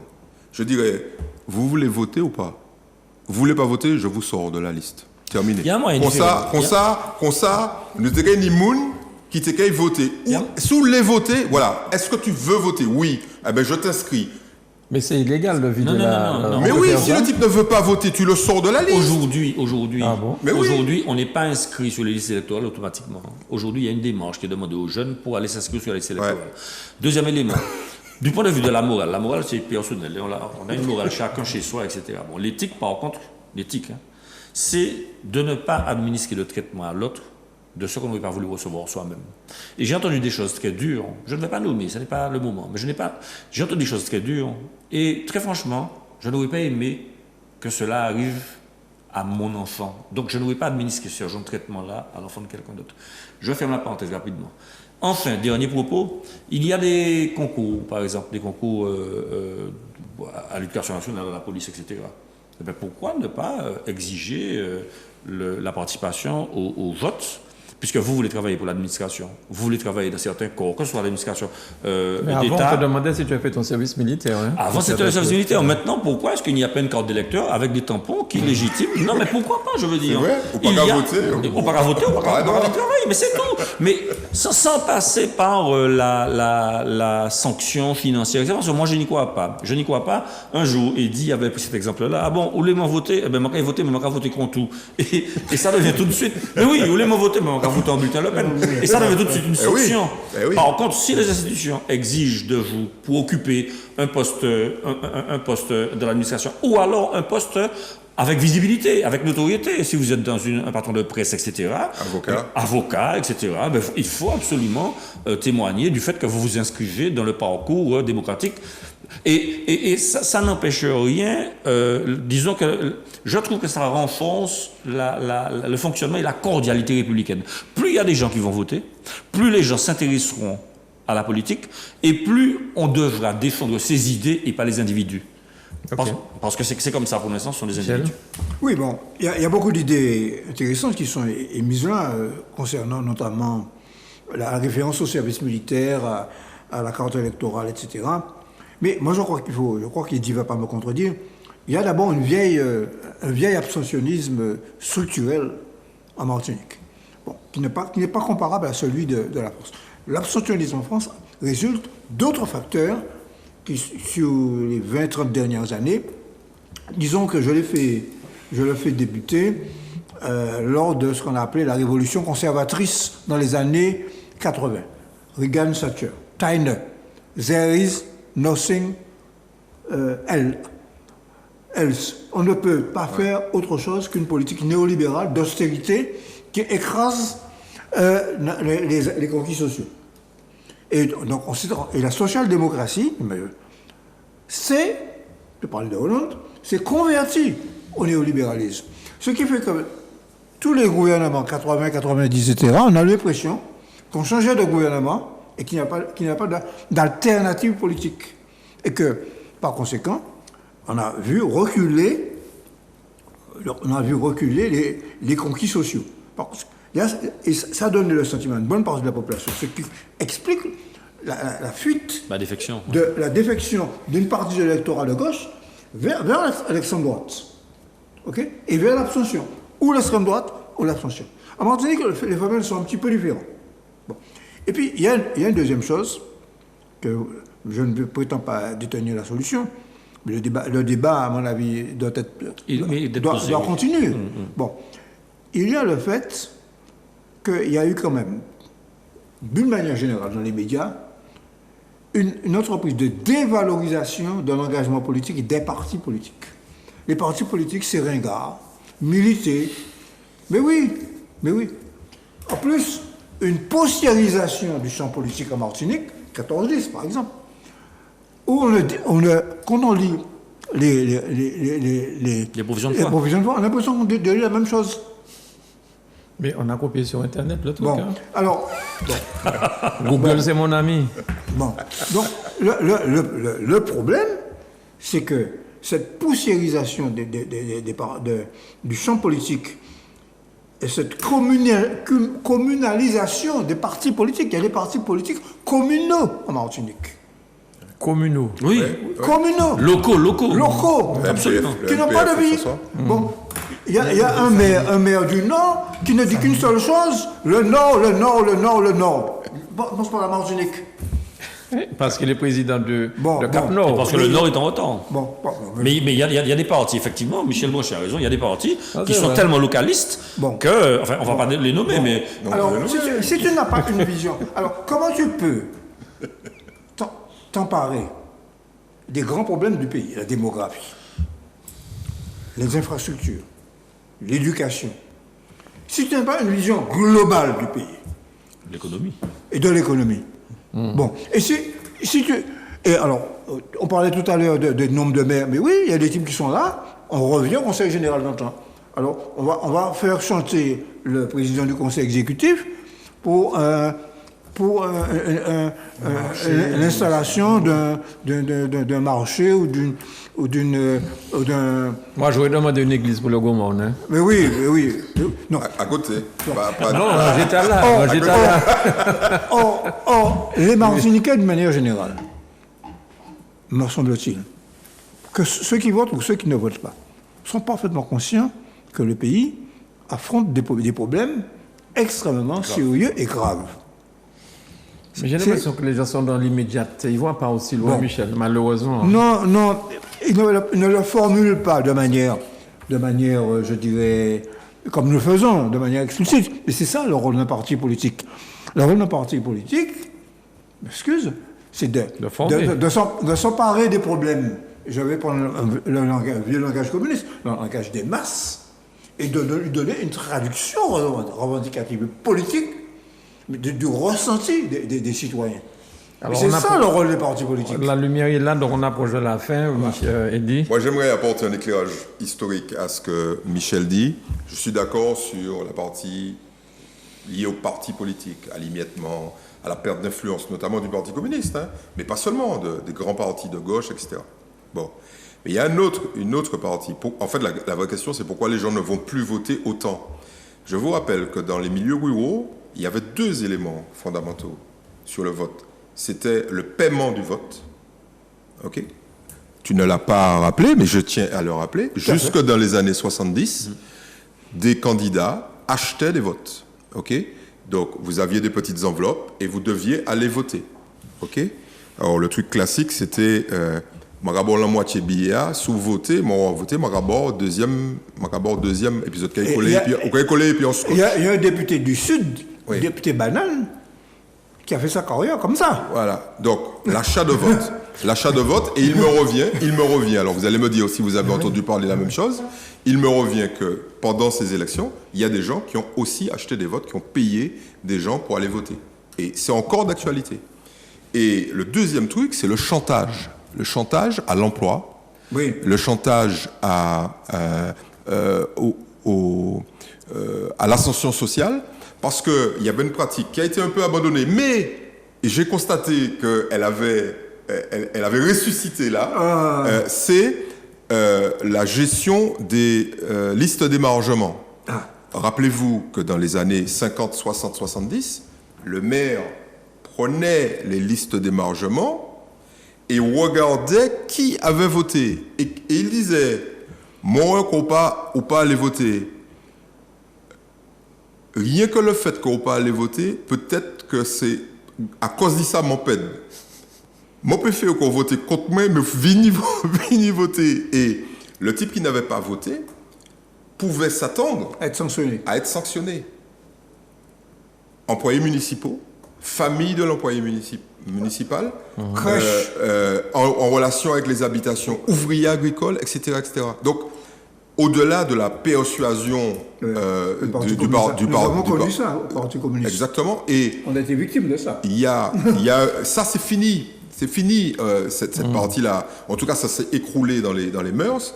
Et les gens ont dit, bon, ben, le vote dans certaines parties rurales de la Martinique était vécu comme une contrainte.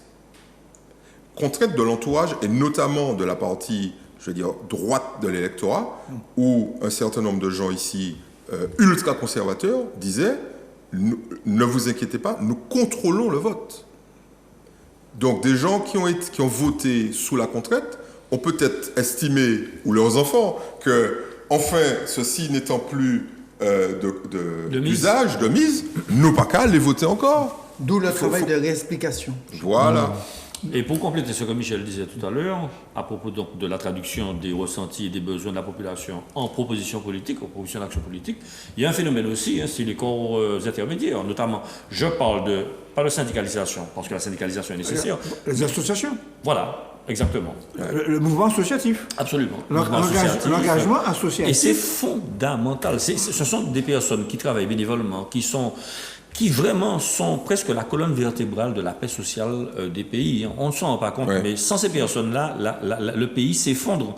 Et puis il y a aussi, bien évidemment, ce que moi j'appelle la syndicratie, parce que bon, il y a ben oui, il y a des postures syndicales qui sont outrancières, qui vont jusqu'au boutiste, jusqu'à tout de suite à la confrontation ultime, à la déflagration avec la bombe atomique posée tout de suite comme ultimatum, parce qu'ils estiment que l'action politique traditionnelle ne mène pas de résultats assez rapidement.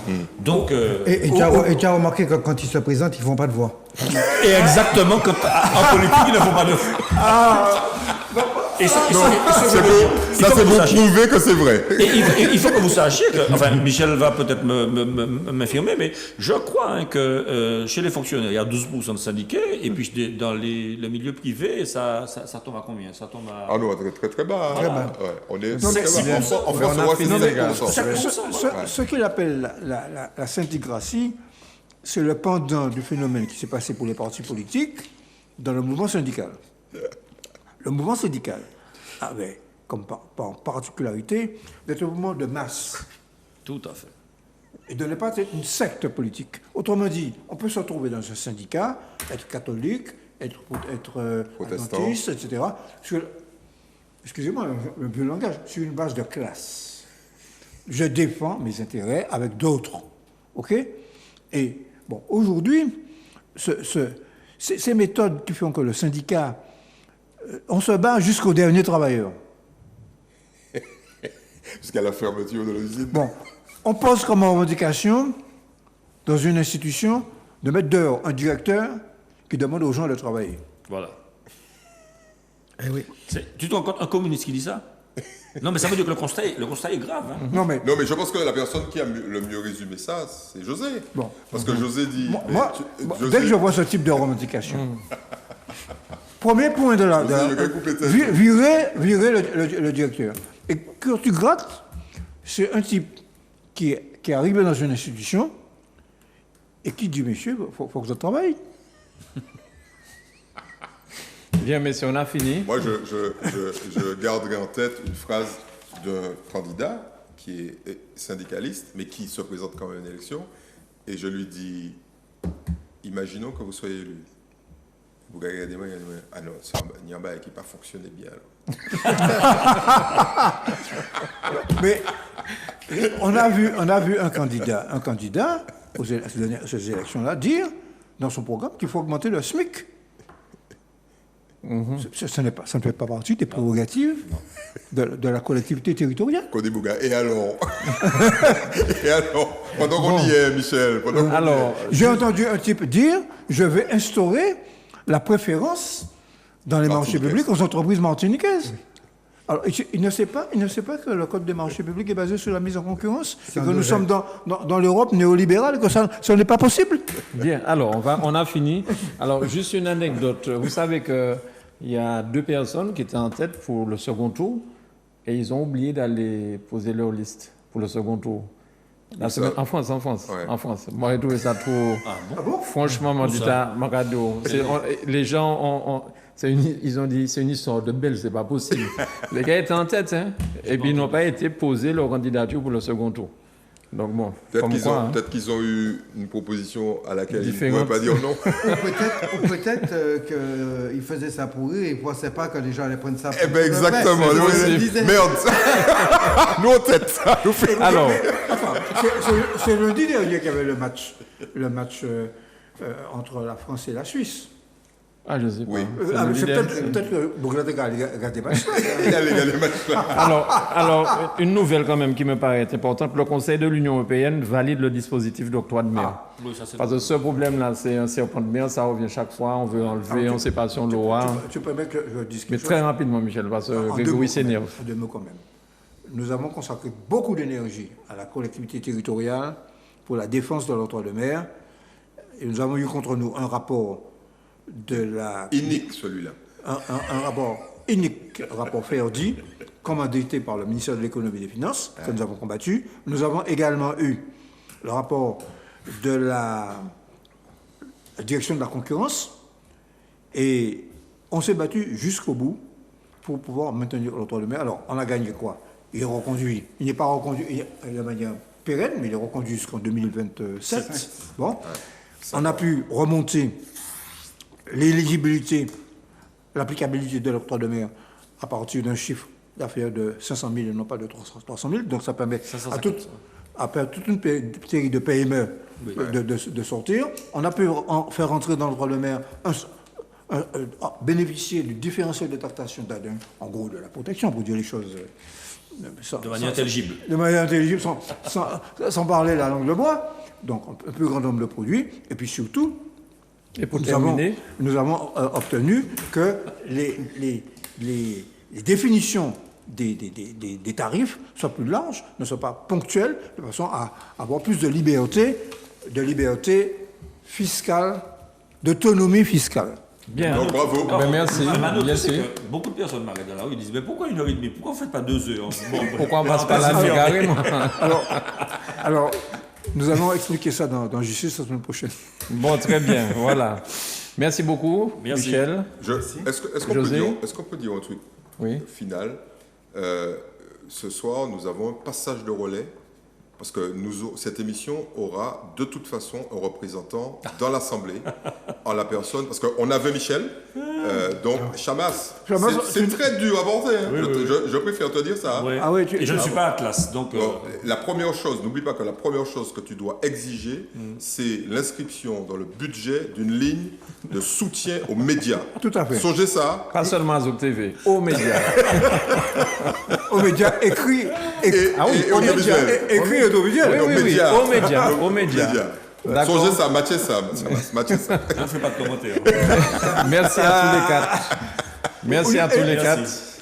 C'est le commencement de la sagesse. Il faut arrêter de faire des promesses. Voilà. Alors, merci à tous les 4. Bon retour à Michel. Bien bon retour dans l'émission. Oui. Et pour toi, on te souhaite franc succès pendant 7 ans, Merci. à la 7e, Merci. à répéter inlassablement, il faut de l'argent pour les médias. Voilà. D'accord, très bien. Merci. Allez, merci à vous de nous avoir suivis. Passez un excellent week-end. J'espère qu'il ne pleuvra pas et que vous allez passer un agréable moment ce week-end sur Zouk TV. Bye bye. Je vais parler bon.